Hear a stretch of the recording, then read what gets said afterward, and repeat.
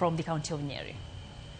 Jadbura Mamvita Mohamed Sud Korokot and Migao Marsom Boasa Mondomi Hotim Nonro Mar Moko Kuom Skunde Magjigiwegi Mokoni Hiawe Kunde Ma Oko Injore Wadbura now.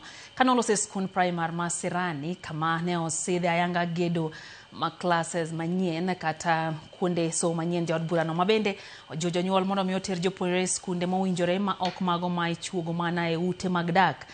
No wachmano sirlwedo gi jogo mantie sekta maso makoni thoth skunde makamago onge kata kunde malongo manyithindo nyalo tuge kapenjo marge en ni ere kaka ipuodho gi mayiene gi tawo chenro mag somo.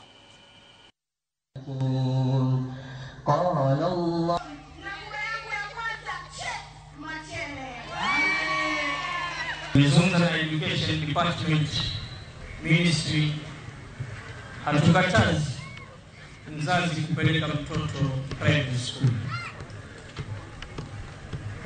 uwezo wako, lakini private school zilioko vichochoroni ambazo skuli haziko kwa standard ya education lazima by January director msifungi hizo skuli. Hatuwezi kubali skuli ya private school iwe ndani ya kichochoro, bedroom ndogo, mtu ameconvert wa classroom. Kuna standard ya classroom 8 by equal standard.